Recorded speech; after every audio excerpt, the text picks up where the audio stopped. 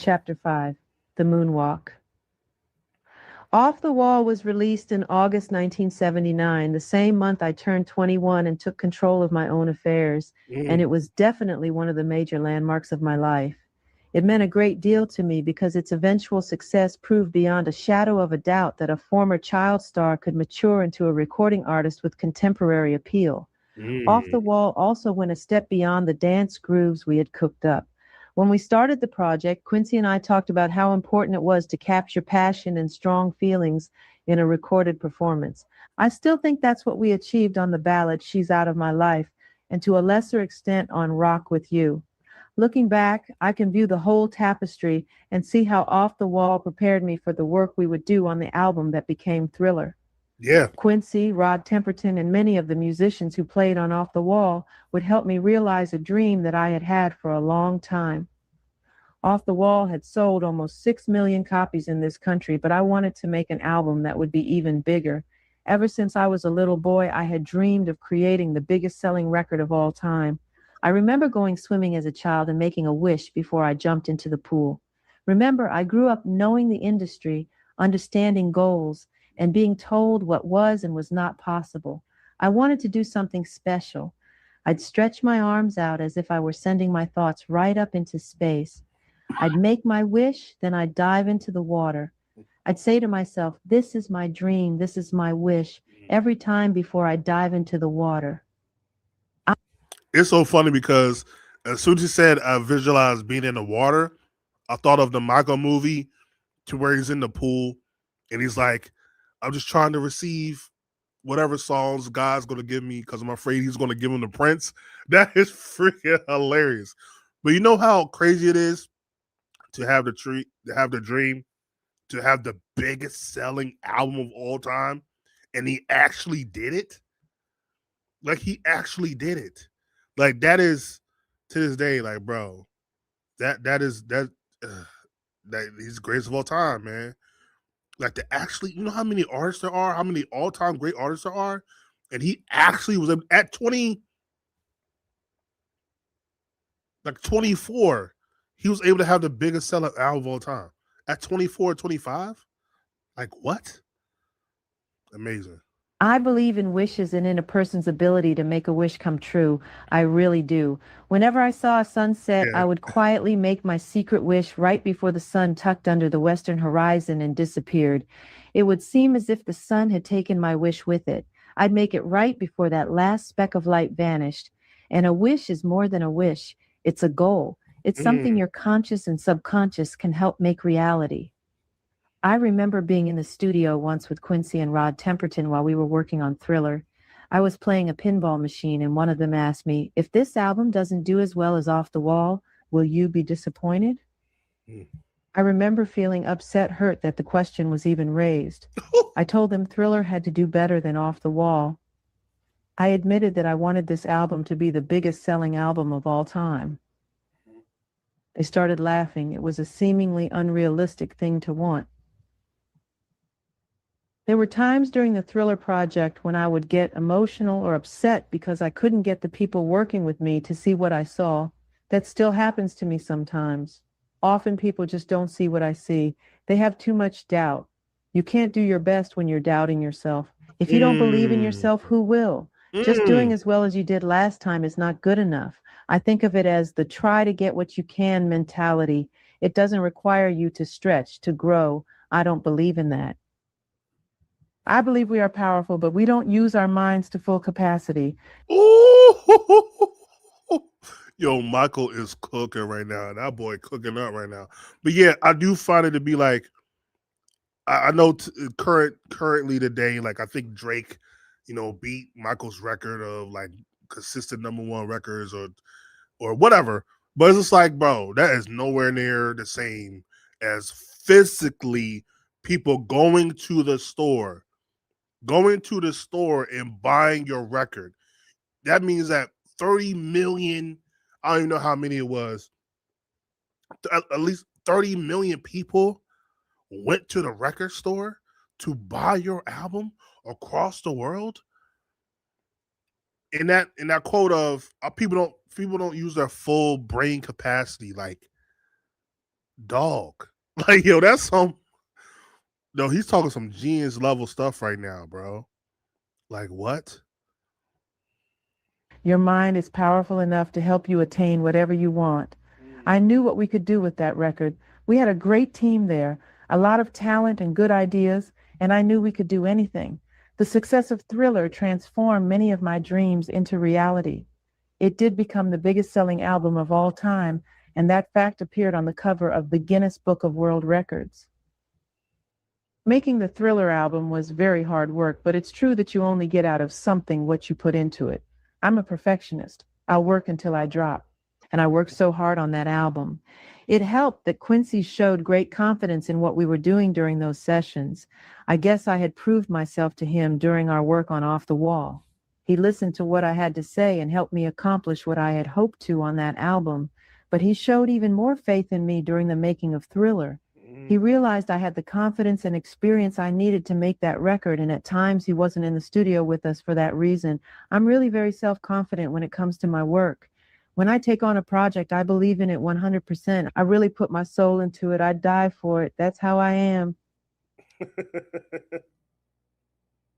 Quincy is brilliant at balancing out an album. That's interesting. So really what Michael is saying is Quincy wasn't as hands on as he was for Off the Wall. He allowed Michael to really curate his vision, right? And that's what great producers do. You know, they're great producers. Producers are hands on, but also you have to allow the artist to get out his vision or his thoughts or his ideas or the music that he's trying that he's seeing or hearing. So that really is like, well, I'll never take away credit from Quincy, but hearing this even makes me appreciate Malcolm more because he really, what it tells me is he really is the one that curated this album of Thriller. Like that's crazy to me. Creating the right mix of up-tempo numbers and slow ones.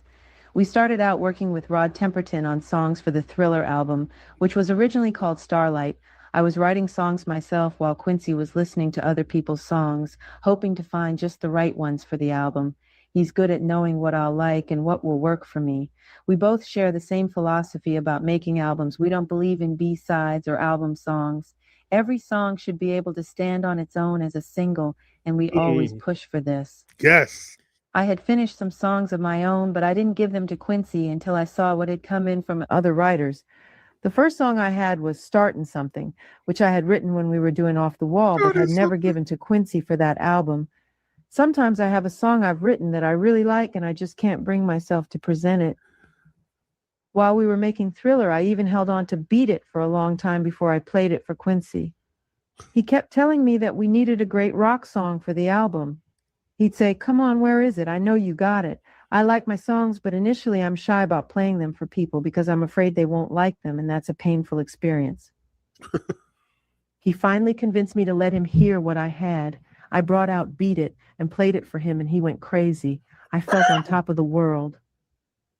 When we were about to start work on Thriller, I called Paul McCartney in London, and this time I did say, Again, that's so crazy to me to hear Michael say Quincy is going to me and telling me, hey, where's that rock song? Usually it's vice versa to where it's the artist asking the producer to give him a song. Here, Quincy's like, hey, give me what you got going on right now. That is crazy to me. Like the producer is asking the artist for the songs. Like, I'm completely floored right now. That is wild to me. And the fact that Michael, through all the success he's had throughout his career, still felt intimidated, still felt insecure. That is interesting to me. I just can't get over like Quincy's asking him for the songs, but usually it's vice versa with the producer. "Let's get together and write some hits." Our collaboration produced Say, Say, Say and The Girl Is Mine. Quincy and I eventually chose The Girl Is Mine as the obvious first single from Thriller. We really didn't have much choice. When you have two strong names like that together on a song, it has to come out first or it gets played to death and overexposed. We had to get it out of the way. When I approached Paul, I wanted to repay the favor he had done me in contributing Girlfriend to Off the Wall. I wrote The Girl Is Mine, which I knew would be right for his voice and mine working together, and we also did work on Say, Say, Say, which we would finish up later with George Martin, the great Beatles producer. Well, Say, Say, Say was co-authored by Paul, a man who could play all the instruments in the studio and score every part, and a kid, me, who couldn't. Yet we worked together as equals and enjoyed ourselves. Paul never had to carry me in that studio.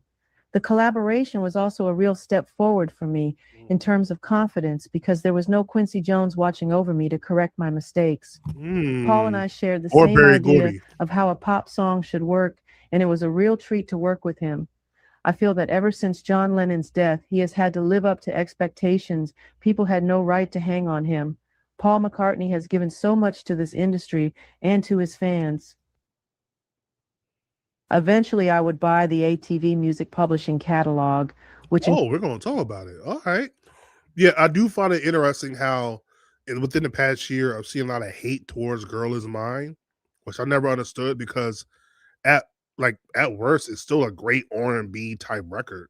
So I don't understand the hate towards the song that it seems like it came out of nowhere over the past year, or at least online I see a lot of hate for it. Um but my homie Layla, I think I told said this before that I do feel like Your Girl Is Mine would have been better for Paul, and Say Say Say would have been better for Michael. I do think that, but it's still a great record though. Yeah, like I don't understand like why people think it's a mid song. Listen to the vocals at listen to the vocals of that. How is it a mid song? I, I, I, I do think like Michael's solo, like if you listen to the solo version of it, I do think it's a better version, but it's because it's Michael and it's fully fleshed out Michael. So maybe that's where maybe people just are not feeling Paul, which I guess I might understand, but I thought Paul did a really good job too. But yeah, the solo version of Girl Is Mine, I do think is better. So maybe that's also where some of the hate might be coming from. Well, we're going to talk about the publisher now. Let me shut up.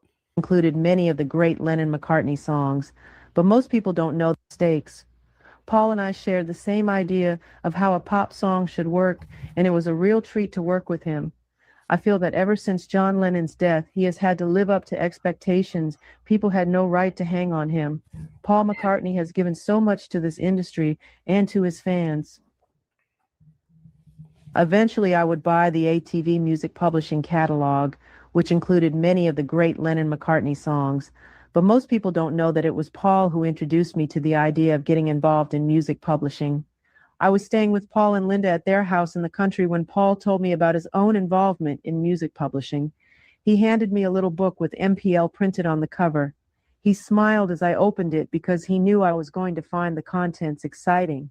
It contained a list of all the songs Paul owns, and he'd been buying the rights to songs for a long time. I had never given the idea of buying songs any thought before. When the ATV Music Publishing catalog, which What's up? What's contains up? many Lennon McCartney songs, went on sale, I decided to put in a bid. I consider myself a musician who is incidentally a businessman, and Paul and I had both learned the hard way about business and the importance of publishing and royalties and the dignity of songwriting. Songwriting should be treated as the lifeblood of popular music. The creative process doesn't involve time clocks or quota systems. It involves inspiration and the willingness to follow through. When I was sued by someone I had never heard of for The Girl Is Mine, I was quite willing to stand on my reputation. I stated that many of my ideas come in dreams, which some people thought was a convenient cop-out, but it's true. Our industry is so lawyer-heavy that getting sued for something you didn't do seems to be as much a part of the initiation process as winning amateur night used to be. Not My Lover was a title we almost used for Billie Jean because Q had some objections to calling the song Billie Jean, my original title. He felt people might immediately think of Billie Jean King, the tennis player. A lot of people have asked me about that song, and the answer is very simple. It's just a case of a girl who says that I'm the father of her child and I'm pleading my innocence because the kid is not my son. There was never a real Billie Jean, except for the ones who came after the song. The girl in the song is a composite of people we've been plagued by over the years. This kind of thing has happened to some of my brothers, and I used to be really amazed by it. I couldn't understand how these girls could say they were carrying someone's child when it wasn't true. I can't imagine lying about something like that. Even today, there are girls who come to the gate at our house and say the strangest things like, "Oh, I'm Michael's wife," or "I'm just dropping off the keys to our apartment." I remember one girl who used to drive us completely crazy. I really think that she believed in her mind that she belonged with me. There was another girl who claimed I had gone to bed with her and she made threats. There have been a couple of serious scuffles at the gate on Havenhurst, and they can get dangerous. People yell into the intercom that Jesus sent them to speak with me and God told them to come unusual and unsettling things. A musician knows hit material. It has to feel right. Everything has to feel in place. It fulfills you and it makes you feel good. You know it when you hear it. That's how I felt about Billie Jean. That was an intriguing transition. Yeah, there's girls at the gate that damn near telling me that they're my baby mama. But yeah, a hit song. It's like what? But yeah, that's wild. Like crazy people in the world. I'll tell you. Could say they were carrying someone's child when it wasn't true. I can't imagine lying about something like that. Even today, there are girls who come to the gate at our house and say the strangest things like, "Oh, I'm Michael's wife," or "I'm just dropping off the keys to our apartment." I remember one girl who used to drive us completely crazy. I really think that she believed in her mind that she She's got belonged with that me. look. There was She's another girl driving who me claimed I had gone to bed with wild. her and she made threats. There have been a couple of serious scuffles at the gate on Havenhurst, and they can get dangerous. People yell into the intercom that Jesus sent them to speak with me and God told them to come unusual and unsettling things. A musician knows hit material. It has to feel right. Everything has to feel in place. It fulfills you and it makes you feel good. You know it when you hear it. That's how I felt about Billie Jean. I knew it was going to be big while I was writing it. I was really absorbed in that song. One day during a break in a recording session, I was riding down the Ventura Freeway with Nelson Hayes, who was working with me at the time. Billie Jean was going around in my head, and that's all I was thinking about. We were getting off the freeway when a kid on a motorcycle pulls up to us and says, "Your car's on fire." Suddenly, we noticed the smoke and pulled over, and the whole bottom of the Rolls Royce was on fire. That kid probably saved our lives. If the car had exploded, we could have been killed. But I was Wow. so absorbed by this tune floating in my head that I didn't even focus on the awful possibilities until later. Even Wow. I think I heard that story before. I forget where. But wow. Just wow. A kid pulled up on Michael Jackson, said, "Hey," they probably even know it was Michael Jackson. Just say, "Hey, your car's on fire, bruh." He like, "Oh," like that, like, bruh, that's crazy. He was so consumed by listening to Billie Jean, like he wasn't even paying attention. Like that man, that would have been a man. Wow, wow. What's your thoughts on? I don't know a lot about the Casio family drama. Like I need to read up on that. Like I've been asked about that before. I need to actually do my research on that, but I have no thoughts right now because I don't really know. Wow, that's crazy though. while we were getting help and finding an alternate way to get where we were going, I was silently composing additional material. That's how involved I was with Billie Jean. Before I wrote Beat It, I had been thinking I wanted to write the type of rock song that I would go out and buy, but also something totally different from the rock music I was hearing on Top 40 radio at the time. Beat It was written with school kids in mind. I've always loved creating pieces that will appeal to kids. It's fun to write for them and know what they like because they're a very demanding audience. You can't fool them. They are still the audience that's most important to me because I really care about them. If they like it, it's a hit, no matter what the charts say. The lyrics of Beat It express something I would do if I were in trouble. Its message that we should abhor violence is something I believe deeply. It tells kids to be smart and avoid trouble. I don't mean to say you should turn the other cheek while someone kicks in your teeth, but unless your back is against the wall and you have absolutely no choice, just get away before violence breaks out. If you fight and get killed, you've gained nothing and lost everything. You're the Mm. loser, and so are the people who love you. That's what Beat It is supposed to get across. To me, true bravery is settling differences without a fight and having the wisdom to make that solution possible. When Q called Eddie Ah, Van Halen, he thought it was a crank call. Because of the bad connection, Eddie was convinced that the voice on the other end was a fake. After being told to get lost, Q simply dialed the number again. Eddie agreed to play the session for us and gave us an incredible guitar solo on Beat It. yup, The yup. newest members of our team were the band Toto, who had the hit records Rosanna and Africa. They had been well known as individual session musicians before they came together as a group. Because of their experience, they knew both sides of studio work, when to be independent and when to be cooperative and follow the producer's lead. Steve Porcaro had worked on Off the Wall during a break as keyboardist for Toto. This time he brought his bandmates with him. Musicologists know that the band's leader, David Paich, is the son of Marty Paich, who worked on Ray Charles's great records like I Can't Stop Loving You. I love Pretty Young Thing, which was written by Quincy and James Ingram.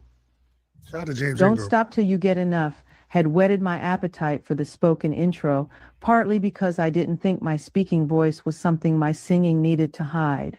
I have always had a soft speaking voice. I haven't cultivated it or chemically altered it. That's me. Take it or leave it. Imagine what it must be like to be criticized for something about yourself that is natural and God-given. Imagine the hurt of having untruths spread by the press, of having people wonder if you're telling the truth defending yourself because someone decided it would make good copy and would force you to deny what they said, thus creating another story.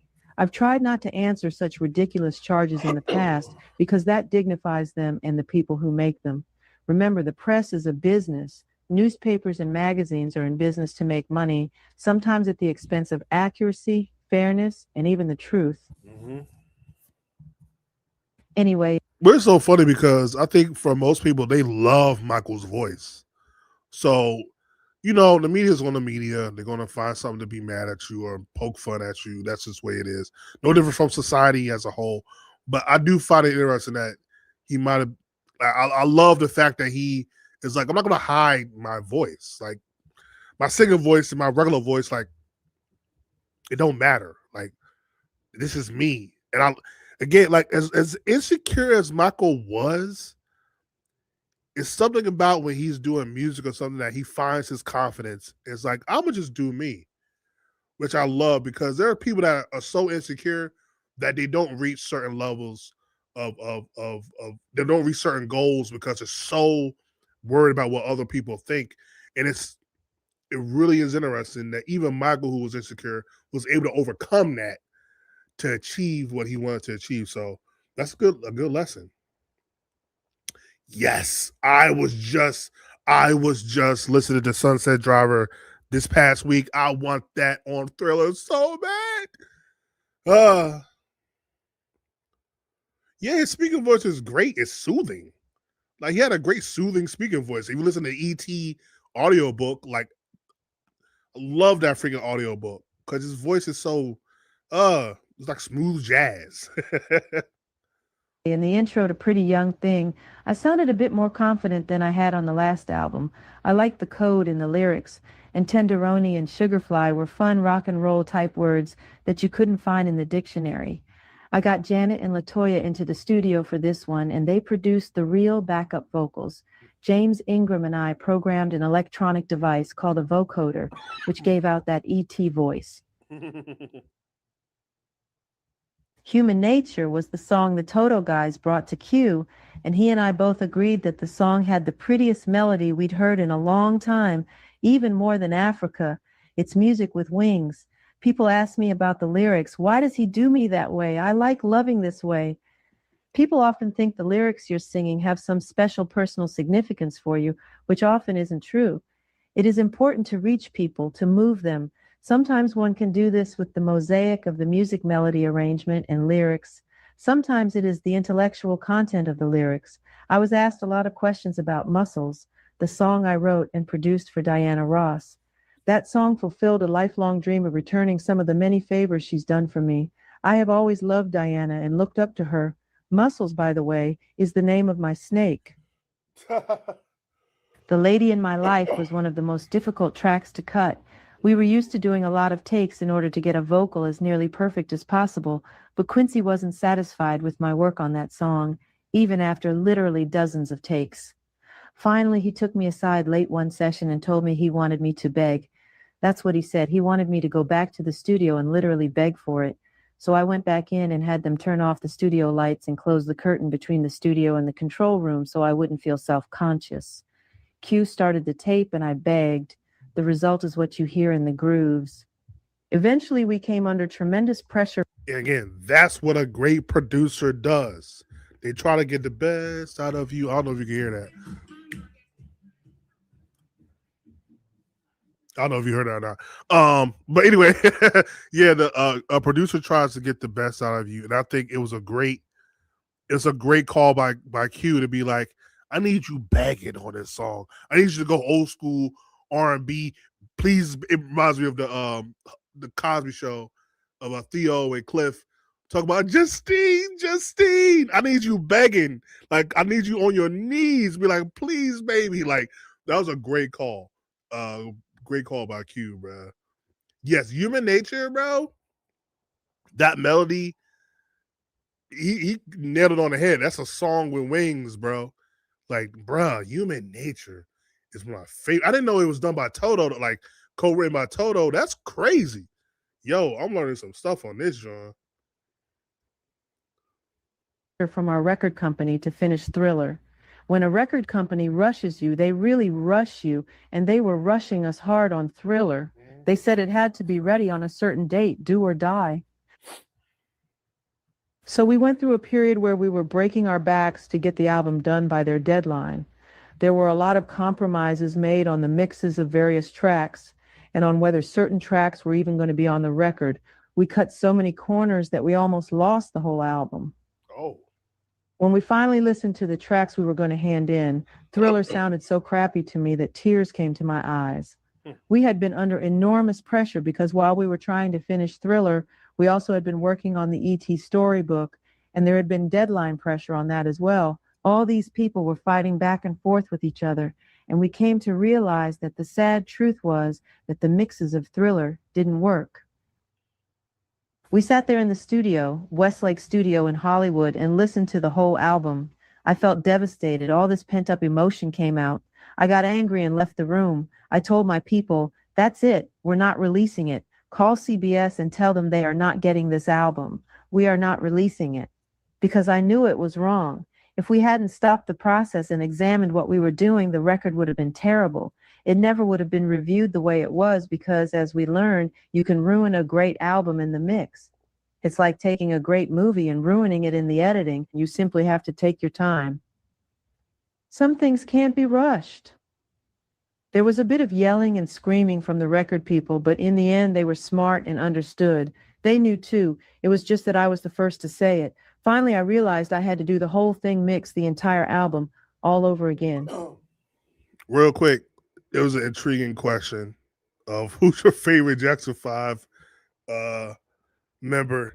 And of course, everybody gonna be like Michael. So outside of Michael, in the chat, I said Marlon. I feel like Marlon was kind of like the heart and soul of the Jackson 5. He was the energy.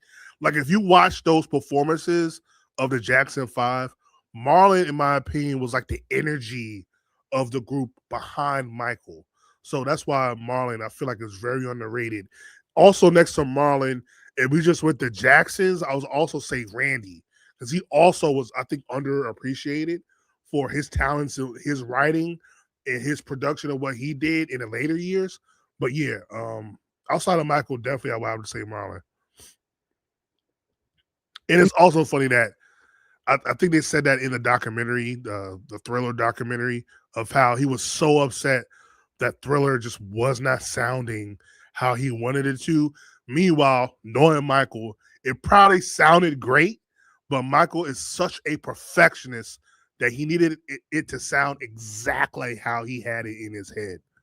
But that's so interesting to me that I think they said like it was going to be a point to where we wasn't going to get no Thriller. It was like I needed that sound a certain way. Oh, man. We took a couple of days off, drew a Westlake Studio in Hollywood, and listened to the whole album. I felt devastated. All this pent-up emotion came out. I got angry and left the room. I told my people, that's it, we're not releasing it. Call CBS and tell them they are not getting this album. We are not releasing it. Because I knew it was wrong. If we hadn't stopped the process and examined what we were doing, the record would have been terrible. It never would have been reviewed the way it was because, as we learned, you can ruin a great album in the mix. It's like taking a great movie and ruining it in the editing. You simply have to take your time. Some things can't be rushed. There was a bit of yelling and screaming from the record people, but in the end, they were smart and understood. They knew too. It was just that I was the first to say it. Finally, I realized I had to do the whole thing mix, the entire album, all over again. We took a couple of days off, drew a deep breath, and stepped back. Then we came to it fresh, cleaned our ears out, and began to mix 2 songs a week. When it was done, boom, it hit us hard. CBS could hear the difference too. Thriller was a tough project. It felt so good when we finished. I was so excited I couldn't wait for it to come out.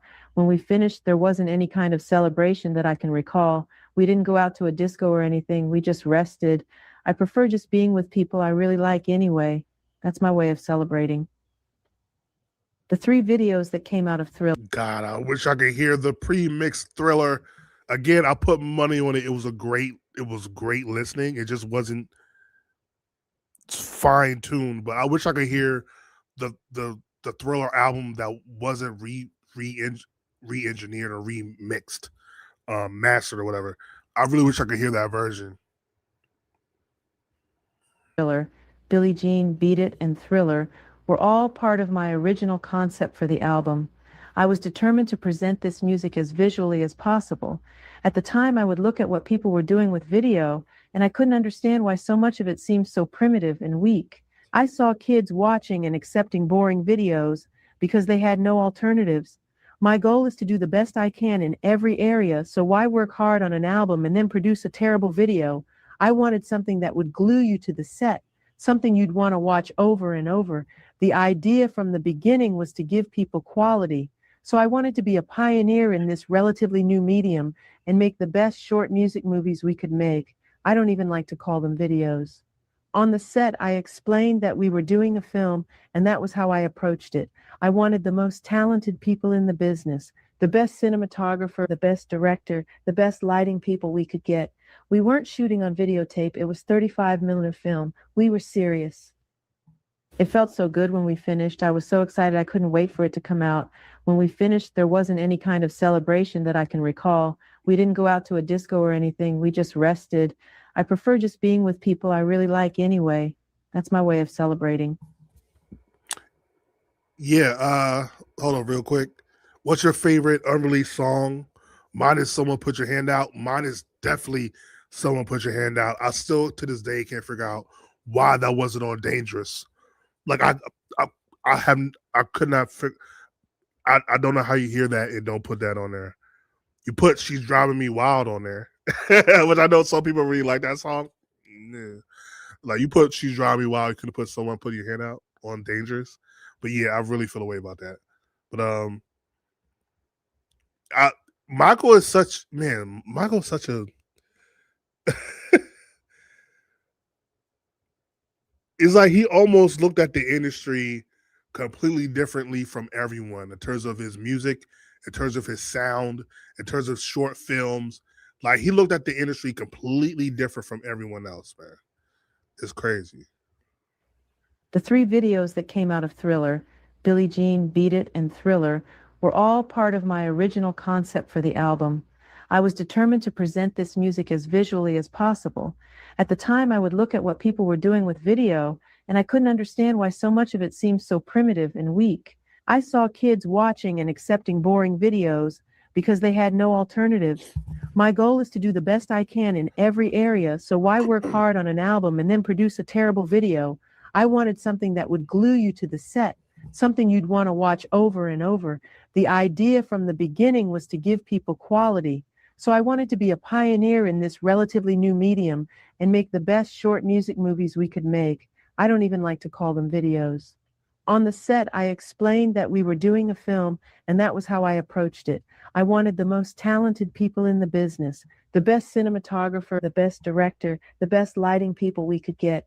We weren't shooting on videotape, it was 35mm film. We were serious.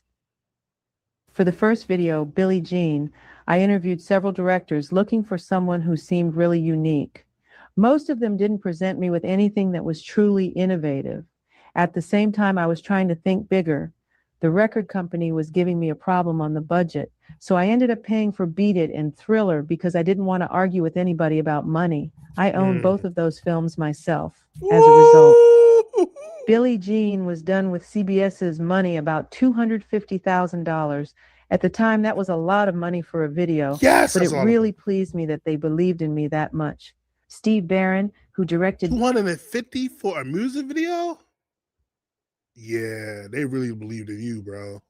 Even at Michael at this time, that's still a lot of money for a music video. Holy. Billie Jean, had very imaginative ideas, although he didn't agree at first that there should be dancing in it. I felt that people wanted to see dancing. It was great to dance for the video. That freeze frame where I go on my toes was spontaneous. So were many of the other moves. Billie Jean's video made a big impression on the MTV audience and was a huge hit. Beat It was directed by Bob Giraldi, who had done a lot of commercials. I remember being in England when it was decided that Beat It would be the next single released from Thriller, and we had to choose a director for the video. I felt Beat It should be interpreted literally the way it was written, one gang against another on tough urban streets. It had to be rough. That's what Beat It was about. When I got back to LA, I saw Bob Giraldi's demo reel and knew that he was the director I wanted for Beat It. I loved the way he told a story in his work, so I talked with him about Beat It. We went over things, my ideas and his ideas, and that's how it was created. We played with the storyboard and molded it and sculpted it. I had street gangs on my mind when I wrote Beat It, so we rounded up some of the toughest gangs in Los Angeles and put them to work on the video. It turned out to be a good idea and a great experience for me. We had some rough kids on that set, tough kids, and they hadn't been to wardrobe. Those guys in the pool room in the first scene were serious. They were not actors. That stuff was real. Now, To this day, I know Michael did a lot in his career, having real gangsters in a music video. I still to this day can't fathom him doing that. Like real life gangsters in a music video. Bloods and people that really have real life issues, bro. Like I can't to this day get. I think that might be the most underrated thing Michael has done in his whole entire career. Do you understand how deep that, how, how, how crazy that is? Like people were dying in the streets, like literally dying in the streets, and he was able to found a way to round up these kids or these men to have enough restraint to perform in that music video. Like that's crazy. I hadn't been around really tough people all that much, and these guys were more It's than not a a little joke. intimidating at first. But we had security around and were ready for anything that might happen. Of course, we soon realized we didn't need any of this, that the gang members were mostly humble, sweet, and kind in their dealings with us.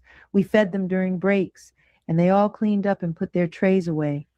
I came to realize that the whole thing about being bad and tough is that it's done for recognition. All along, these guys had wanted to be seen and respected, and now we were going to put them on TV. They loved it. Hey, Message. Message. Yeah. look at me, I'm somebody. And I think that's really why many of the gangs act the way they do. They're rebels, but rebels who want attention and respect. Like all of us, they just want to be seen, and I gave them that chance. For a few days at least, they were stars. They were so wonderful to me, polite, quiet, supportive. After the dance numbers, they'd compliment my work, and I could tell they really meant it. They wanted a lot of autographs and frequently stood around my trailer.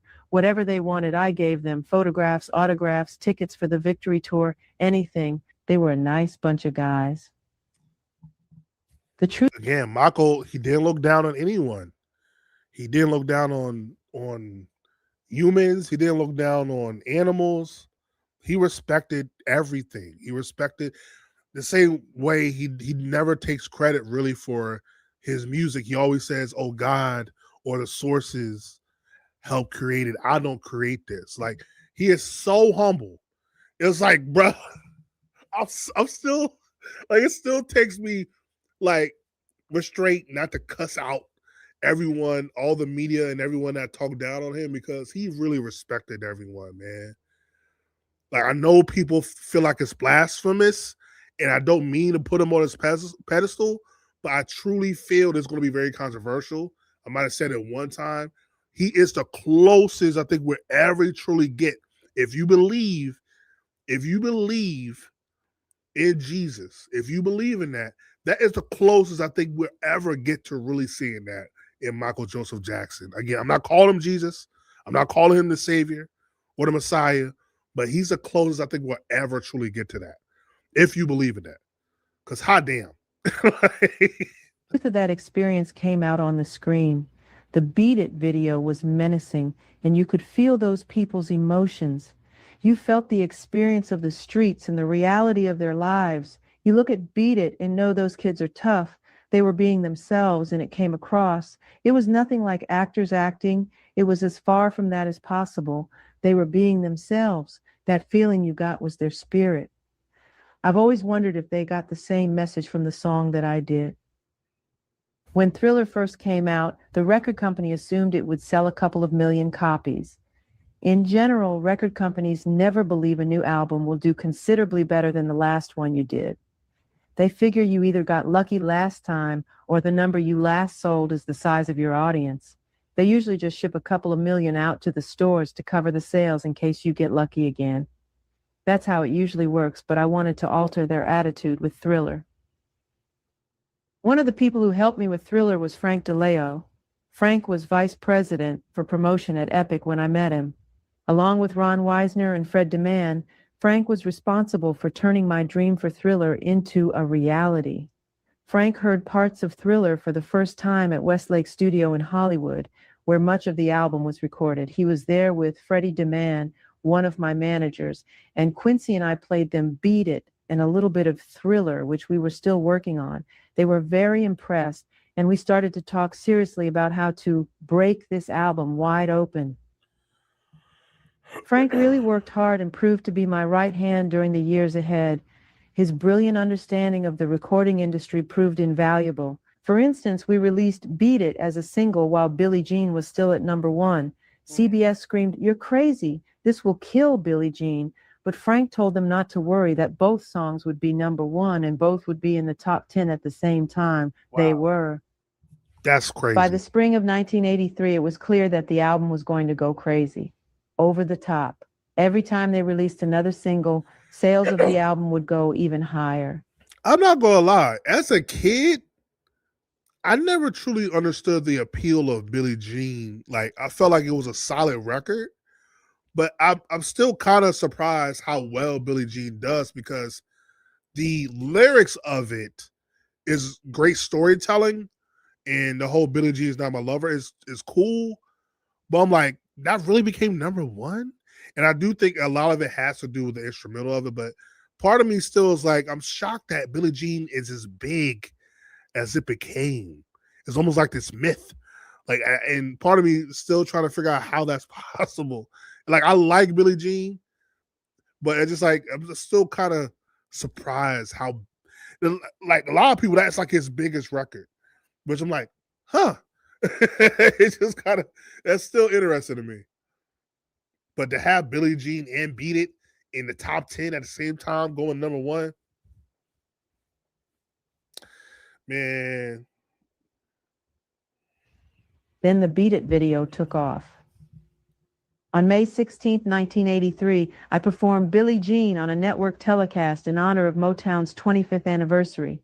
Almost 50 million people saw that show. Woo! After that, many things changed. Yeah, it did. The Motown 25 show had actually been taped a month earlier in April. The whole title was Motown 25, Yesterday, Today, and Forever, and I'm forced to admit I had to be talked into doing it. I'm glad I did, because the show eventually produced some of the happiest and proudest moments of my life. As I mentioned earlier, I said no to the idea at first.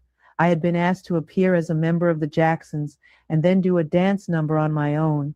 but none of us were Motown artists any longer. There were lengthy debates between me and my managers, Wisner and DeMann. I thought about how much Berry Gordy had done for me and the group, but I told my managers in Motown that I didn't want to go on TV. My whole attitude toward TV is fairly negative. Eventually, Barry came to see me to discuss it. I was editing Beat It at the Motown studio, and someone must have told him I was in the building. He came down to the studio and talked to me about it at length. I said, okay, but if I do it, I want to do Billie Jean. It would have been the only non Motown song in the whole show. He told me that's what he wanted me to do anyway. So we agreed to do a Jackson's medley, which would include Jermaine. We were all thrilled. So I gathered my brothers and rehearsed them for this show. I really worked them, and it felt nice, a bit like the old days of the Jackson Five. I choreographed them and rehearsed them for days at our house in Encino, videotaping every rehearsal so we could watch it later. Jermaine and Marlon also made their contributions. Next, we went to Motown in Pasadena for rehearsals. We did our act. That's a good question. One of his hate negativity towards TV came from the hate for the variety show. Because again, for those that don't know, Michael has been outspoken about not liking how the variety show went down. As someone who watched the variety show, I can see why Michael did not care for it, because a lot of how it was set up, a lot of it was repetitive. A lot of the jokes were repetitive, and it just seems like it wasn't put together all that well. But I also was thinking, I think Michael was also afraid of overexposure around this time. I think he was a little afraid that people would get tired of him. So that's also why he probably didn't want to go on there. Um, but it is kind of crazy to think that even though he wasn't a Motown, I mean, a lot of them probably weren't a Motown artist by this time. Like, it really is admirable that Epic allowed him to do Motown 25. And it's also funny to hear Michael now play kind of like the Joe Jackson role, the Suzanne DePassy role of uh, of basically bringing his brothers together and taking control of the performance. Um, that's really dope. I wish we could have had those rehearsals. Yes, the variety show did look forced. It did. It did for sure.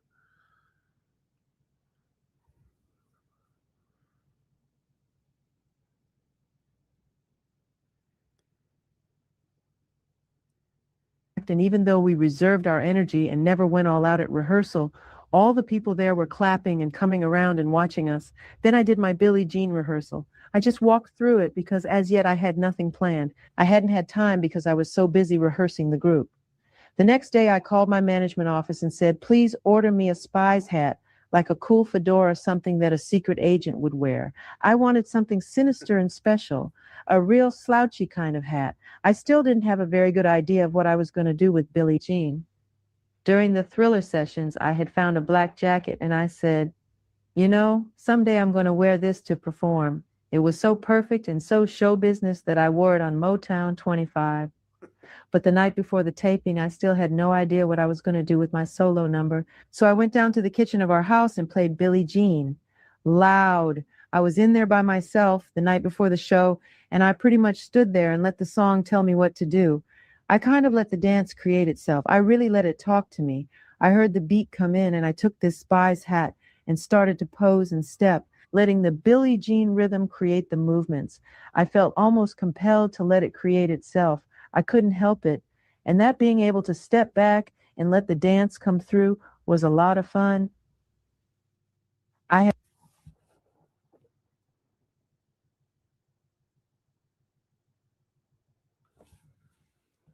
This entire time, I thought Billie Jean choreography was something that he spent like weeks on perfecting.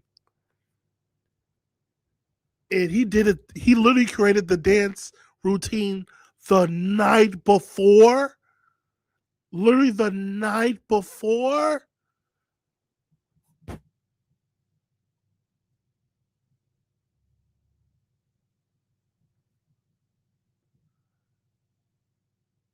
You know how he created that the night before. He had no idea. Mr. Perfectionist had no idea what he was going to do for Billie Jean.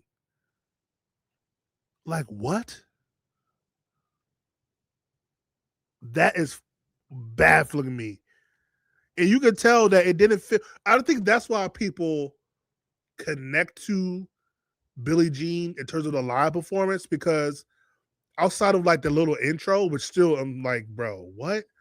The intro to Billie Jean, his performance, it feels like he's just feeling the music. And also the whole fedora thing, I always wondered where that came from. To be like, I need a hat. Like I need like everything about how he created the jacket, which is I think he took his mama's jacket.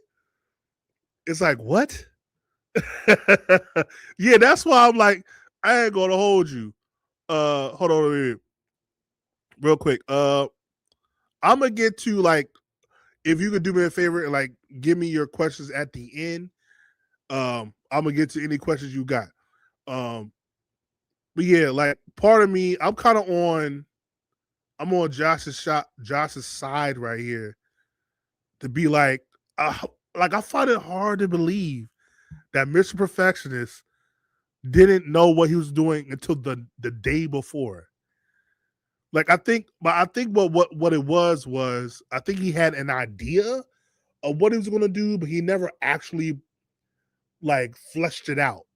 Like he had idea, like he knew he was going to do the moonwalk. You cannot make me believe that he did not know he was going to do the moonwalk. But I feel like he was like, I need to have a moment.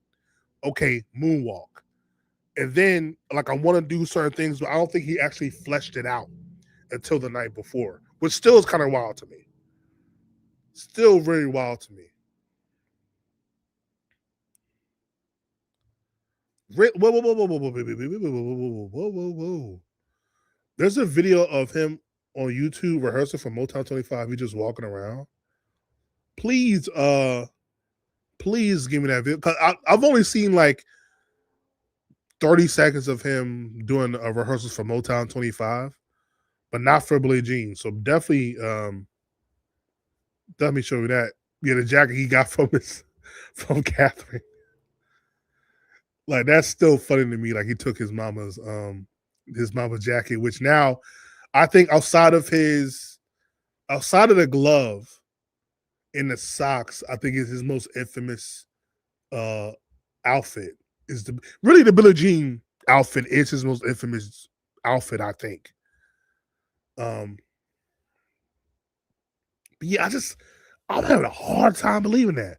I just think it might have been a case of where he was overwhelmed and he was I think he was more focused on getting his brothers together than doing Billie Jean.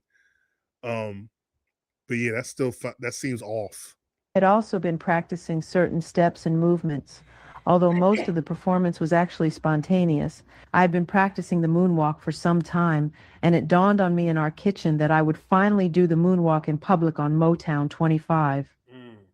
Now the moonwalk was already out on the street by this time, but I enhanced it a little when I did it.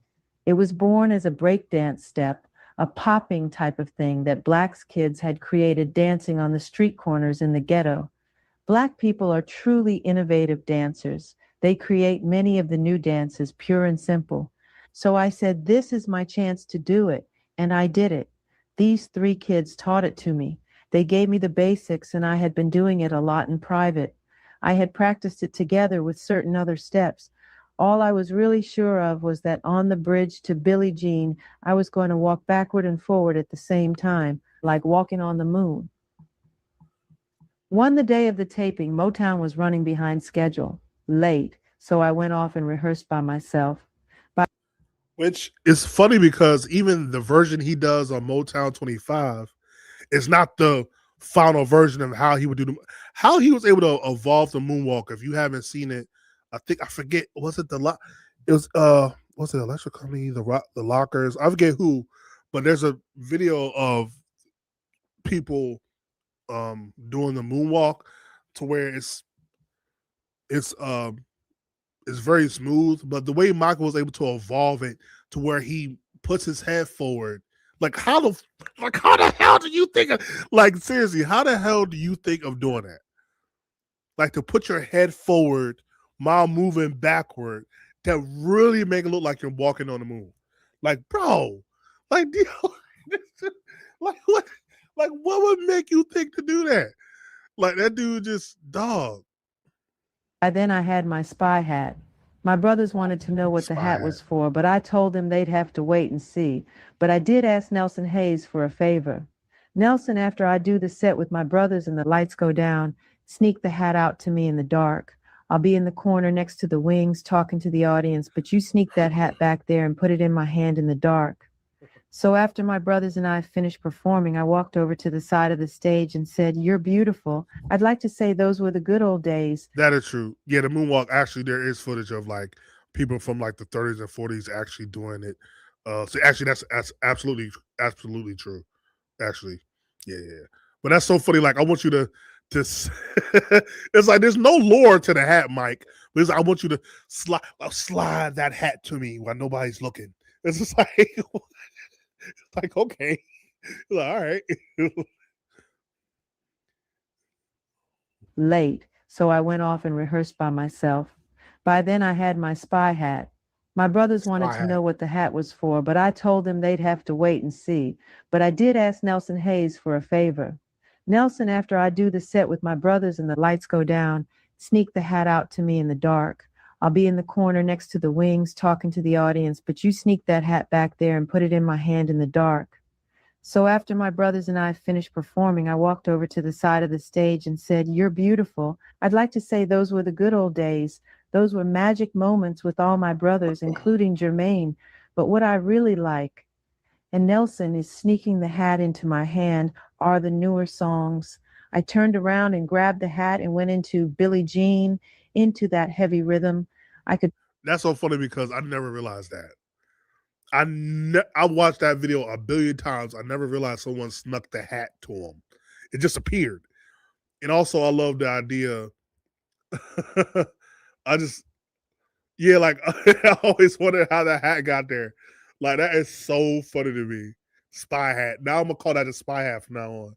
That is so crazy to me. Again, like his, like man, his brain was just on a different level, bro. Like, who would think of doing the hat? Like, who would think of doing the hat thing, the glove? Again, I know the glove also was kind of part of him hiding his vitiligo, but the glove, the socks, like bruh, this dude was on another level. Like, bro. And I love the fact that before he's about to start it, there's someone in the crowd yelling, Billie Jean! Like, bruh. tell that people in the audience were really enjoying my performance. My brothers told me they were crowding the wings watching me with their mouths open, and my parents and sisters were out there in the audience. But I just remember opening my eyes at the end of the thing and seeing this sea of people standing up applauding. And I felt so many conflicting emotions. I knew I had done my best and felt good, so good. But at the same time, I felt disappointed in myself. I had planned to do one really long spin and to stop on my toes, suspended for a moment, but I didn't stay on my toes as long as I wanted. I did the spin and I landed on one toe. I wanted to just stay there, just freeze there, but it didn't work quite as I'd planned. When I got backstage, the people back there were congratulating me. I was still disappointed about the spin. I had been concentrating so hard and I'm such a perfectionist. At the same time, I knew this was one of the happiest moments of my life. I knew that for the first time, my brothers had really gotten a chance to watch me and see what I was doing, how I was evolving. After the performance, each of them That's a good point. Like before the Billie Jean performance, he's been with his brothers the whole entire time. He had a little, Rocket Robin performance in Rock with You. He's done, but really everything he's done up to this point, he still was with his brothers. So this really was the first time his brothers got to really be a fan and see him on stage by himself. It really was his coming out party to where he really did his own thing. I love the fact that he was like, his brother trying to figure out like, what you doing with the hat, bro? Like, don't worry, don't worry. Like you'll be entertained. Like, And the fact this dude is crying, standing ovation, and he's still crying like, damn, I should have did that. I should have did that toe stand better though. I should have did that spin better. I'm like, Michael, dude, get a grip, bruh. Like, it's not that deep. I get it, but I don't. Like, it's not that deep, bro. Yeah, I'm trying to think, that's probably copywritten. I don't know if I can do it. I might, we'll see. We might try to do it at the end. We'll do it at the end if I have time. If again, um, you got a few things to do, but yeah. Hugged and kissed me backstage. They had never done that before, and I felt happy for all of us. It was so wonderful when they kissed me like that. I loved it. I mean, we hug all the time. My whole family embraces a lot, except for my father. He's the only one who doesn't. Whenever the rest of us see each other, we embrace. But when they all kissed me that night, I felt as if I had been blessed by them. The performance was still gnawing at me, and I wasn't satisfied until a little boy came up to me backstage. He was about 10 years old and was wearing a tuxedo. He looked up at me with stars in his eyes, frozen where he stood, and said, "Man, whoever taught you to dance like that?" I kind of laughed and said, "Practice, I guess." And this boy was looking at me, awestruck. I walked away, and for the first time that evening, I felt really good about what I had accomplished that night. I said to myself, I must have done really well because children are honest. When that kid said what he did, I really felt that I had done a good job. That again, that is so funny to me because he's like, I know the kids don't lie. Like for the most part, kids ain't gonna lie. So it's like it's so funny that he saw his family, he saw other people congratulate him. He's like, that's probably they're just being nice. But when the kid told him, "Yo, what was that?" He finally like, "Oh, I guess I did a good job." Like, bruh, bruh.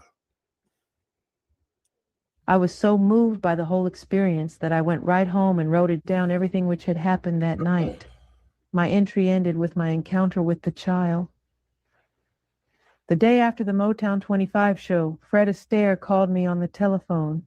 He said these are his exact words: "You're a hell of a mover. Man, you really put them on their asses last night." Wow. That's what Fred Astaire said to me.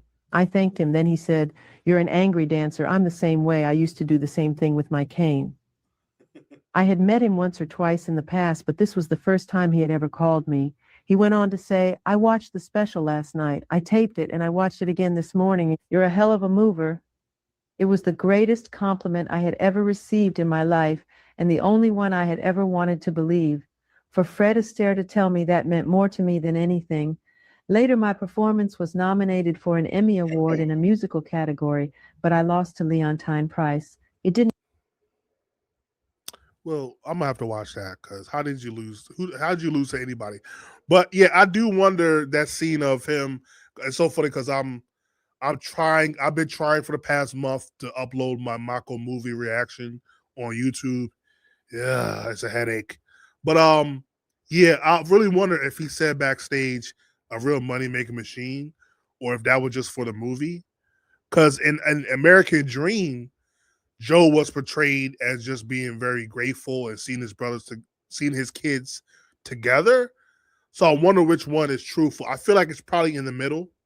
He was probably very close to emotional as the robot Joe Jackson could be, but also he probably was still very like, oh, I could make some money off y'all, something like that. So I mean, he probably was in the middle.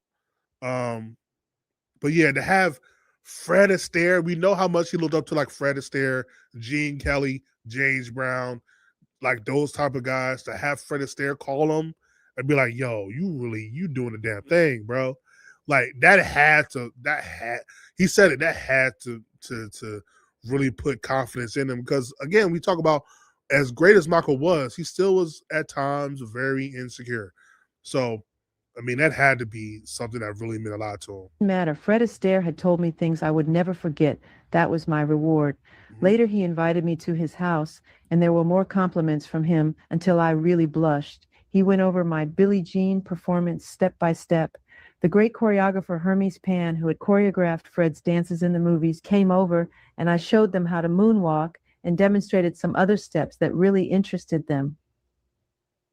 Not long after that, Gene Kelly came by my house to visit and also said he liked my dancing.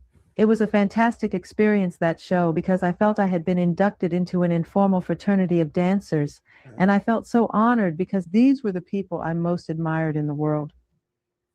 Right after Motown 25, my family read a lot of stuff in the press about my being the new Sinatra and as exciting as Elvis, that kind of thing. It was very nice to hear, but I knew the press could be so fickle.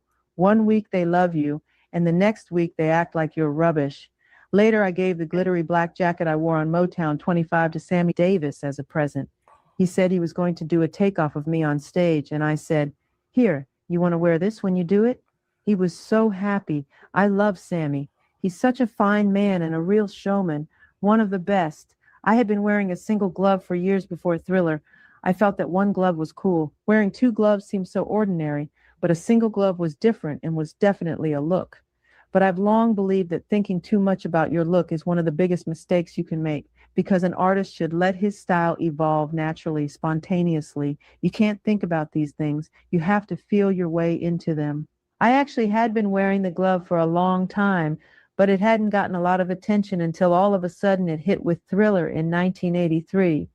I was wearing it on some of the old tours back in the 1970s, and I wore one glove during the Off the Wall tour and on the cover of the live album that came out afterward. But It's so show business that excuse me. I also think the issue is the reason why people. Well, first of all, you doing it on tour, nobody can see it unless you went to the show. That's one. Two is like the glove from my memory. His glove kind of looked like a not a coal miner's glove, but like a a glove you will wear when you about to do cook on the grill. Like so, it wasn't as fancy as his glove will evolve into as well. But also, I find it funny for Michael to be like not to worry about what you wear when we know Michael of all people was very much into what he wore. Everything he did like was meticulous. It was methodical. So I find it interesting for Michael to be like, yeah, don't allow your looks to evolve, but don't think too much about it. I'm like, Michael, you thought about your looks a lot, especially by the time we get to Thriller and on. Like, I feel like his dangerous attire was his most simple. Like, if you go back and watch his music videos, not who is it? Um, if you watch Black or White, if you watch Give In to Me, he started his attire became more simple. But before that, like he was very much had a very elaborate attire. So I find it to be funny that he would say that. one glove. I love wearing it. Once, by coincidence, I wore a black glove to the American Music Awards ceremony, which happened to fall on Martin Luther King Jr.'s birthday. Funny how things happen sometimes. I admit that I love starting trends, but I never thought wearing white socks was going to catch on. Not too long ago, it was considered extremely square to wear That's so. Oh, white socks. that's so funny because I haven't worn white socks since like high school. Wearing white socks is so taboo to me. But I gotta read the chat real quick because y'all got some good stuff going on right now. But yeah, like Jermaine said, he thought his father's portrayal in American Dream was too harsh. Brother, I wonder what he thought of it. I wonder what he thought of the Michael movie. If that was too harsh, oh boy. But yeah, I did not know he gave his jacket to Sammy. Shout out to Sammy Davis Jr., bro. Also one of the greatest entertainers, the hardest working man in show business of all time. Like him, again, James Brown. Like he really got the respect of all his idols. Like literally every single one. I think maybe Jackie Wilson, but Jackie Wilson was going through health issues. But um, yeah, like the fact that he gave his jacket, well, really, it's mom's jacket to Sammy. I did not know that. That is very dope. Um, yeah, I'm glad he didn't throw it. Glad he didn't throw it in the audience. Oh my gosh. It was cool in the 1950s, but in the 60s and 70s, you wouldn't be caught dead in white socks. It was too square to even consider for most people. But I never stopped wearing them, ever. My brothers would call me a dip, but I didn't care. My What? brother Jermaine would get upset and call my mother, Mother, Michael's wearing his white socks again. Can't you do something? Talk What? to him, he would complain bitterly. They'd all tell me I was a goofball, but I still wore my white socks and now it's cool again. Those white socks must have caught on just to spite Jermaine. I get tickled when I think about it. After Thriller came out, it even became okay to wear your pants high around your ankles again. My attitude is if fashion says it's forbidden, I'm going to do it. When I'm at home, I don't like to dress up. I wear anything that's handy. I used to spend days in my pajamas. I like flannel shirts, old sweaters and slacks, simple clothes. When I go out, I dress up in sharper, brighter, more tailored clothes, but around the house and in the studio, anything goes. I don't wear much jewelry, usually none, because it gets in my way. Occasionally, people give me gifts of jewelry and I treasure them for the sentiment, but usually I just put them away somewhere. Some of it has been stolen. Jackie Gleason gave me a beautiful ring and he took it off his finger and gave it to me. It was What? stolen and I miss it, but it doesn't really bother me because the gesture meant more than anything else and that can't be taken from me. The ring was just a material thing. What Yeah, really I've never seen Michael with jewelry. Now that I think about it, I think I don't think I've ever seen Michael with jewelry like ever. Like the only jewelry I've ever seen him with was kind of watches. Even then, he barely wore watch. I think of if you haven't, please go check out the dangerous studio sessions to where he's talking about I got a Mickey Mouse watch from Mickey Mouse. Like yo, it's the most childlike thing I've ever seen a grown ass man. Like he's like, I got a Mickey Mouse watch from Mickey Mouse. Like, bro, oh my god, I miss that man. I swear. Um, yeah, like how you gonna be mad at him for wearing white socks? Like Jermaine, don't you got your own issues right now? All right, I'm not gonna put Jermaine on blast, but like, um, yeah, like white socks are only cool on Michael. Cause I'd be damned if I'm be out here in these streets with high waters. You would got flame in my day. You got flamed for high waters, flamed. Like you could, they would have roasted you. Like if you had high waters in school, like that's crazy. And white socks, that wasn't really a thing till like high school. It's like, why are you wearing white socks? Like, what you doing? Like, yeah. So, but that's funny to me. Like, that's crazy. But like Jermaine, you got some other things to worry about than that. Like you really like that's kind of wild. Like you're calling my mother because I'm wearing white socks. Like, are you dumb? Like, are you good? Are you cool? He did. I have not. I must have not paid attention. He wore a lot of rings. I've seen pictures of him in the Jackson Five with jewelry. As he got older, I think yeah, because I don't remember that at all. So I must have, yeah, I don't remember that at all. Yes, they killed people. Like, well, not killed, okay. But they like you got roasted all day. And then they would be like, hey, you remember that time that Jamal had high water? Yo, we will have a whole like it's kids are really as much as Michael love kids, kids can be very horrible people. It's like don't let you wear the wrong thing. Like we will roast you on a school bus, on the schoolyard, at the school lunch table, in class, at homeroom. Like you better have your act together, man. really makes me happy, what I love, is performing and creating. I really don't care about all the material trappings. I love to put my soul into something and have people accept it and like it. That's a wonderful feeling. I appreciate art for that reason. I'm a great admirer of Michelangelo and of how he poured his soul into his work. He knew in his heart that one day he would die, but that the work he did would live on. You can tell he painted the ceiling of the Sistine Chapel with all his soul. At one point, he even destroyed it and did it over because he wanted it to be perfect. He said, if the wine is sour, pour it out. I can look at a painting and lose myself. It pulls you in, all the pathos and drama. It communicates with you. You can sense what the artist was feeling. I feel the same way about photography. A poignant or strong photograph can speak volumes. As I said earlier, there were many changes in my life in the aftermath of Motown 25. We were told that 47 million people watched that show, and apparently many of them went out and bought Thriller.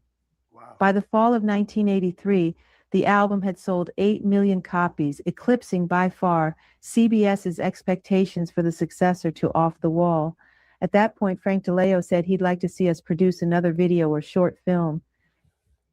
So he basically did 8 million in 3 months.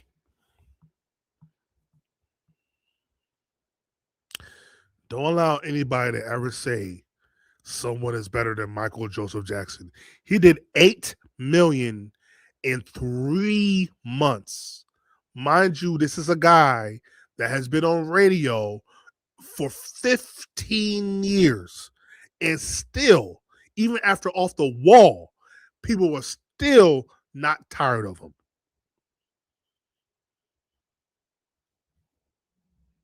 And he did this without actually doing a solo tour. But still, I'm pissed off about you. Screw you, Joe. It was clear to us that the next single and video should be Thriller, a long track that had plenty of material for a brilliant director to play with. As soon as the decision was made, I knew who I wanted to have direct it. The year before, I had seen a horror film called An American Werewolf in London, and I knew that the man who made it, John Landis, would be perfect for Thriller, since our concept for the video featured the same kind of transformations that happened to his character. So we contacted John Landis and asked him to direct. He agreed and submitted his budget, and we went to work. The technical details of this film were so awesome that I soon got a call from John Branca, my attorney and one of my closest and most valued advisors. John had been working with me ever since the Off the Wall days. In fact, he even helped me out by donning many hats and functioning in several capacities when I had no manager after Thriller was released. He's one of those extremely talented, capable men who can do anything. Anyway, John was in a panic because it had become obvious to him that the original budget for the Thriller video was going to double. I was paying for this project myself, so the money for the budget overruns was coming out of my pocket. But at this point, John came up with a great idea. He suggested we make a separate video financed by somebody else about the making of the Thriller video. It seemed odd that no one had ever done this before. We felt sure it would be an interesting documentary, and at the same time, it would help pay for our doubled project.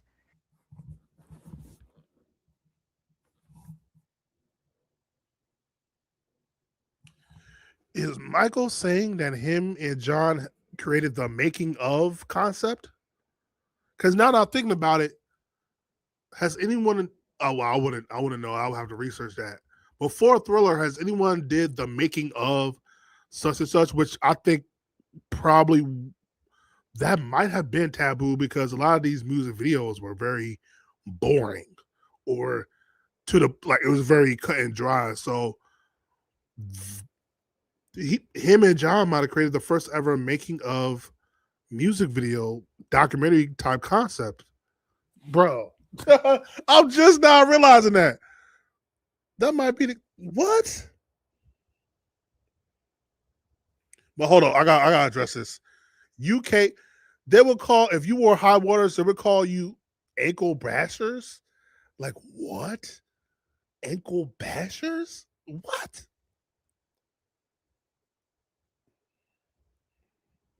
It didn't take John long to put this deal together. He got MTV and the Showtime cable network to put up the cash, and Vestron released the video after Thriller aired. The success of the making of Thriller was a bit of a shock to all of us. Yeah. In its cassette form, it sold about 1 million copies by itself. Even now, it holds the record as the best-selling music video of all time. Wow. The Thriller film was ready in late 1983. We released it in February, and it made its debut on MTV. Epic released Thriller as a single, and sales of the album went crazy. According to statistics, the Thriller film and the release of the single resulted in 14 million additional album and tape sales within a 6-month period. At one point in 1984, we were selling 1 million records a week. I'm still stunned by this response. By the time we finally closed down the Thriller campaign a year later, the album was at the 32 million mark. Today, sales are at 40 million, a dream come true. Wow. During this period, I changed my management as well. My contract with Wisner and Demand had expired in early 1983. My father was no longer representing me, and I was looking at various people. One day, I was at the Beverly Hills Hotel visiting Frank DeLeo, and I asked him if he had any interest in leaving Epic and managing my career. Frank asked me to think about it some more, and if I was certain to call him back on Friday. Needless to say, I called him back.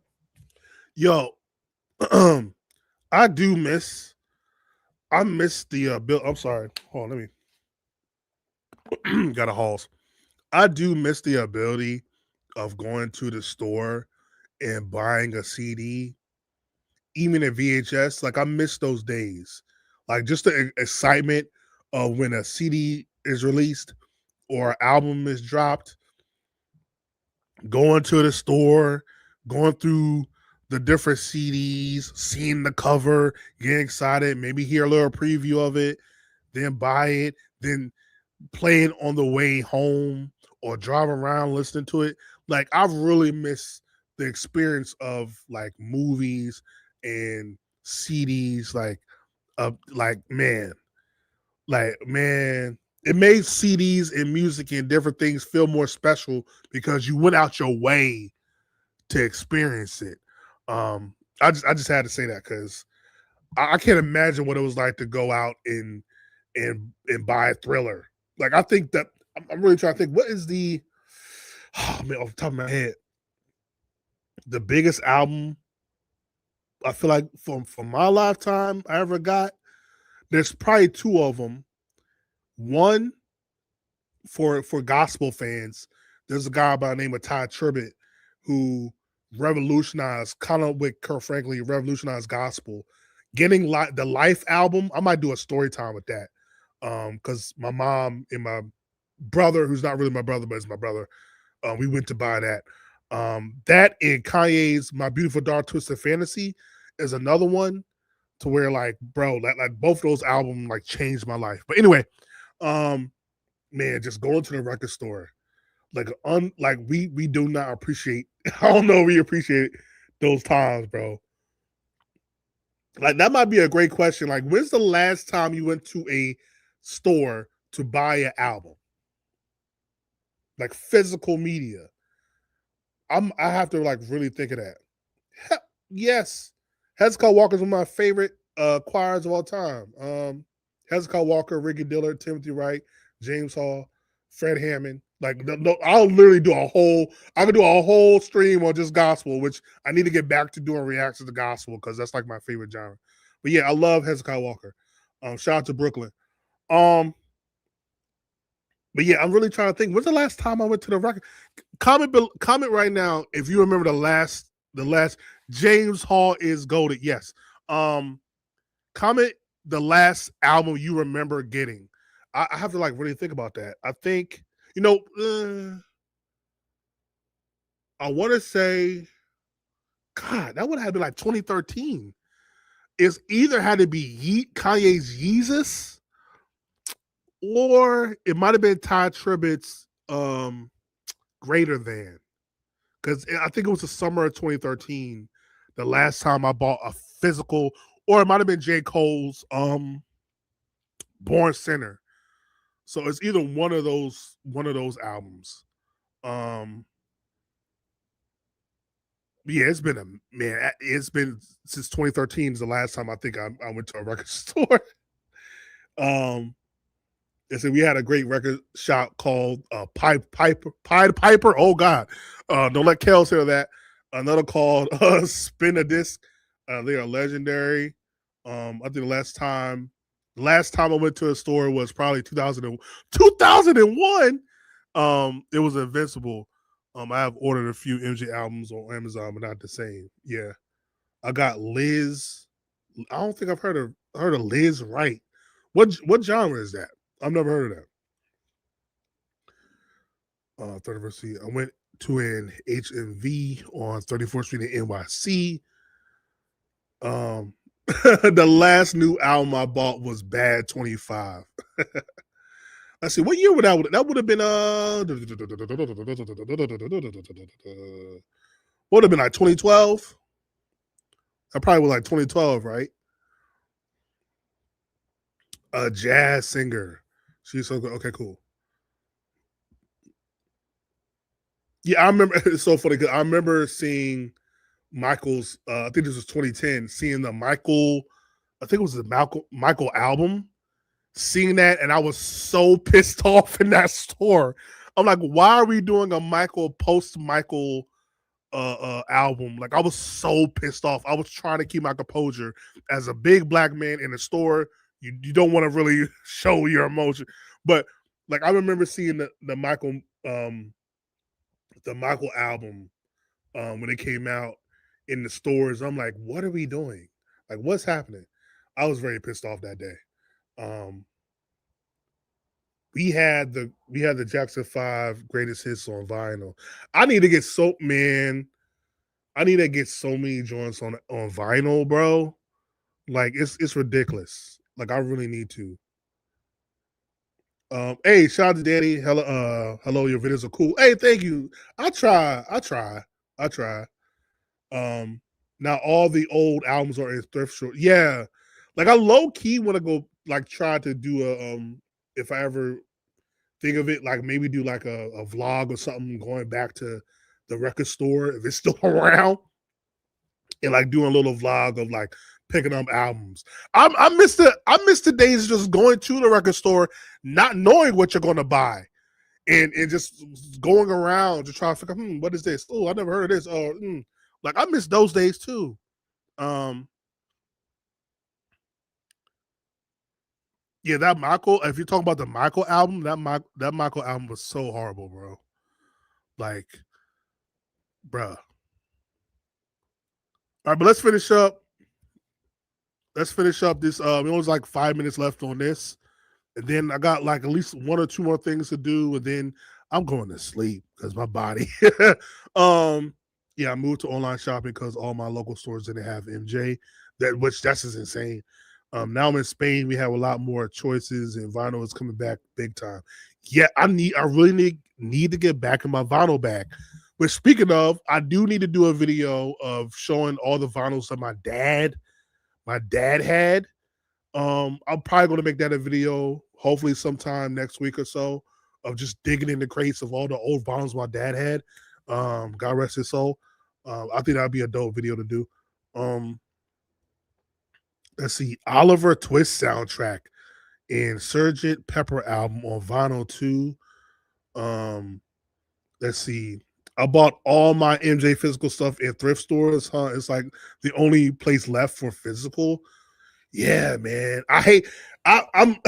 It's funny. Like if you watch movies like Minority Report and iRobot, it's like it's getting scary how much AI. Even though we're listening to something that's AI, how AI is taking over. Digital is taking over the world.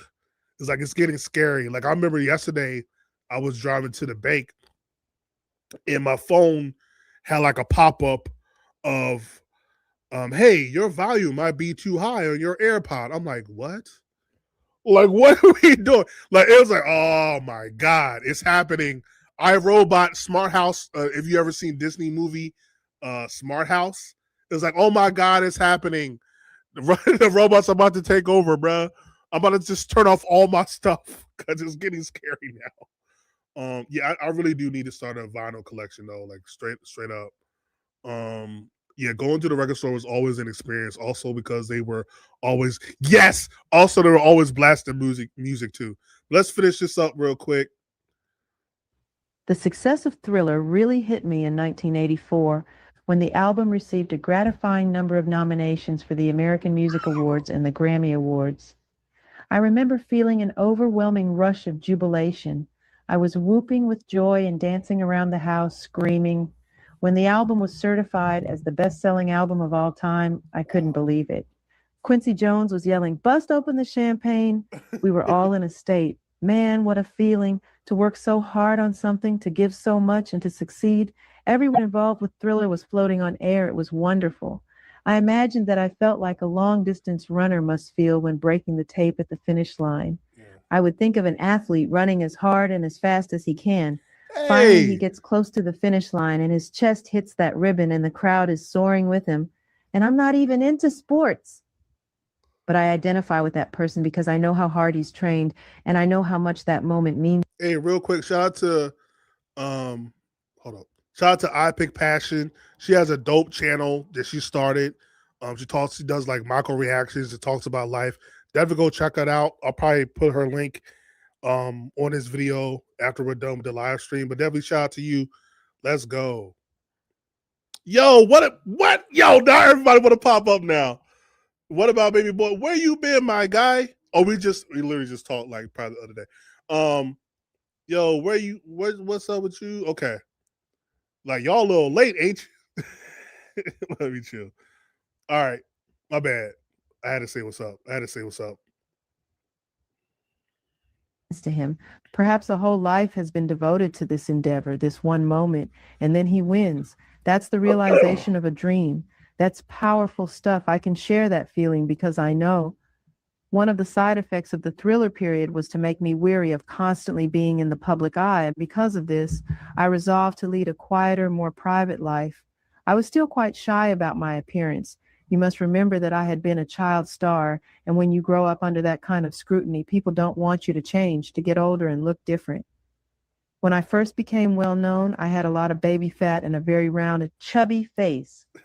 That roundness stayed with me until several years ago when I changed my diet and stopped eating beef, chicken, pork, and fish, as well as certain fattening foods. I just wanted to look better, live better, and be healthier. Gradually, as I lost weight, my face took on its present shape, and the press started accusing me of surgically altering my appearance beyond the nose job I freely admitted I had, like many performers and film stars. They would take an old picture from adolescence of high school and compare it to a current photograph. In the old picture, my face would be round and pudgy. I'd have an afro, and the picture would be badly lit. The new picture would show a much older, more mature face. I've got a different hairstyle and a different nose. Also, the photographer's lighting is excellent in the recent photographs. It's really not fair to make such comparisons. They have said I had bone surgery done on my face. It seems strange to me that people would jump to that conclusion, and I thought it was very unfair. Judy Garland and Jean Harlow and many others have had their noses done. My problem is that as a child star, people got used to seeing me look one way. I'd like to set the record straight right now. I have never had my cheeks altered or my eyes altered. I have not had my lips thinned, nor have I had dermabrasion or a skin peel. All of these charges are ridiculous. If they were true, I would say so, but they aren't. I have had my nose altered twice, and I recently added a cleft to my chin, but that is it, period. I don't care what anyone else says. It's my face, and I know. I'm a vegetarian now, and I'm so much thinner. I've been on a strict diet for years. I feel better than I ever have, healthier and more energetic. I don't understand why the press is so interested in speculating about my appearance anyway. What does my face have to do with my music or my dancing?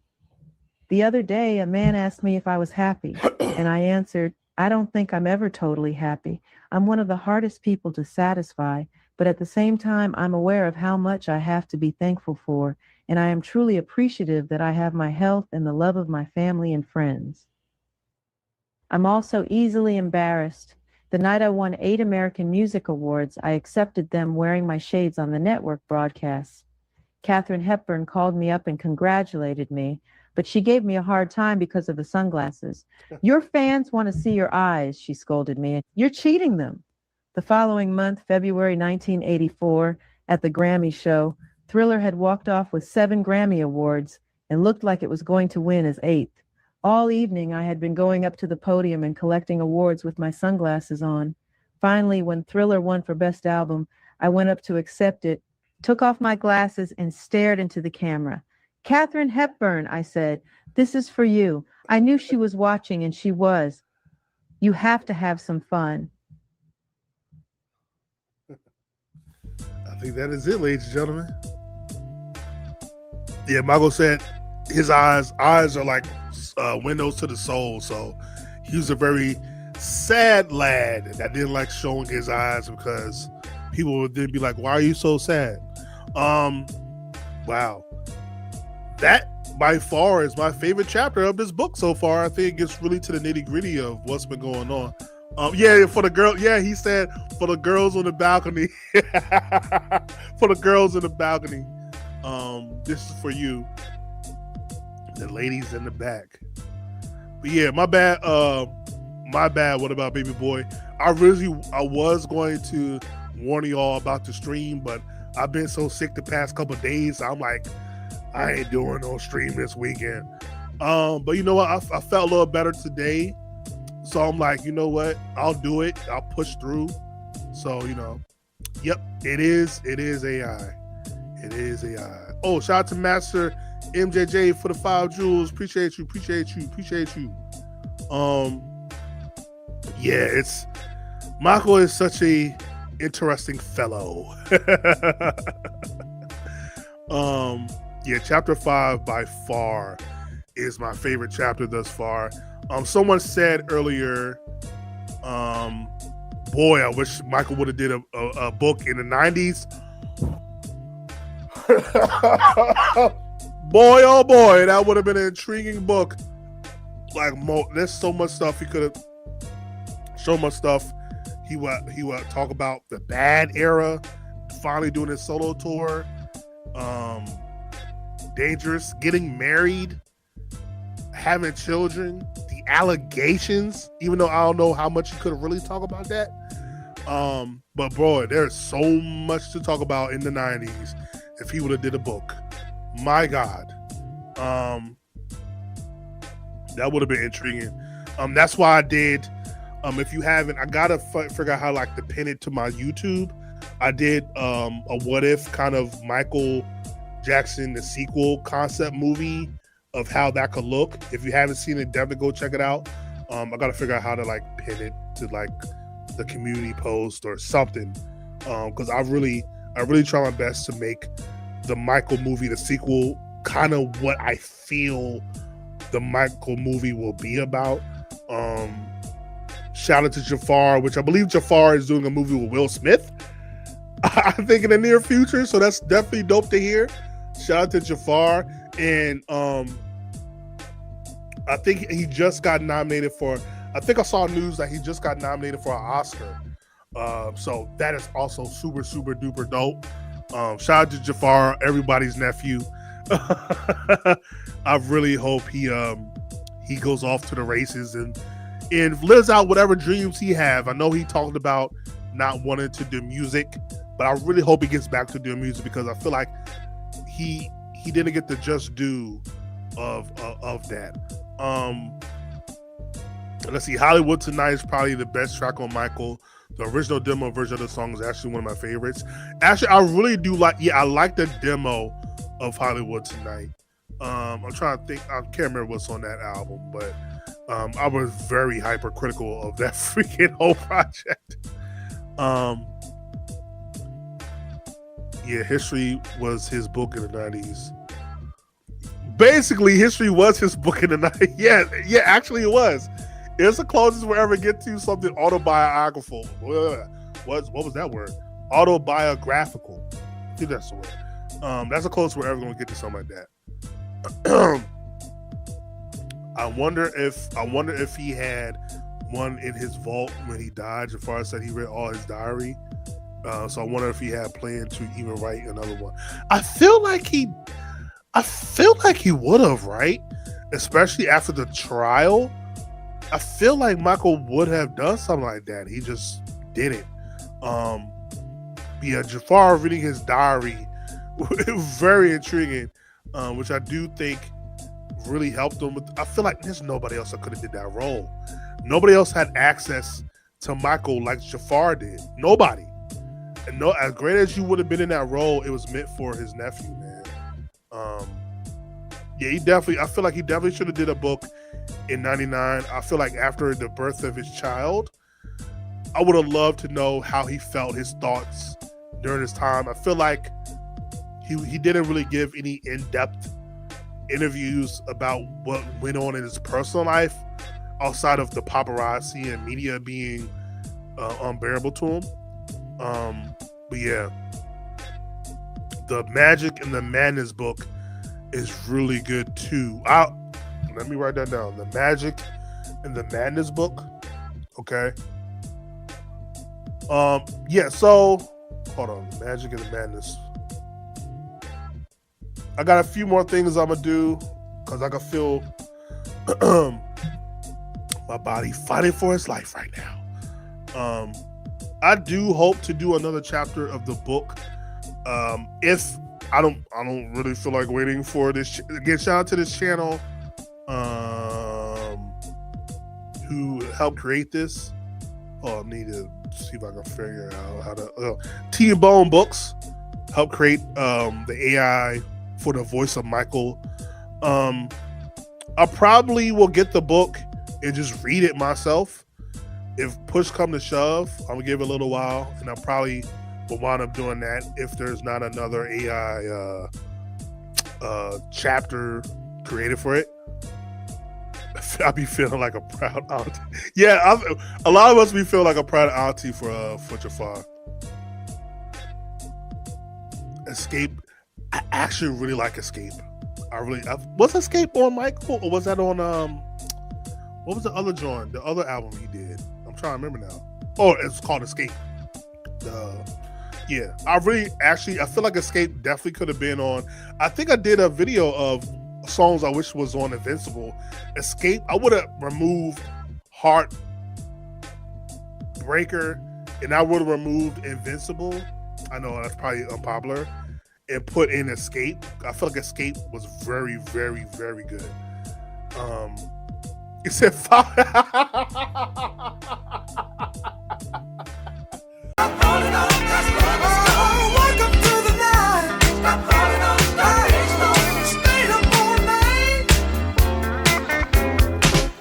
Did you tell me this was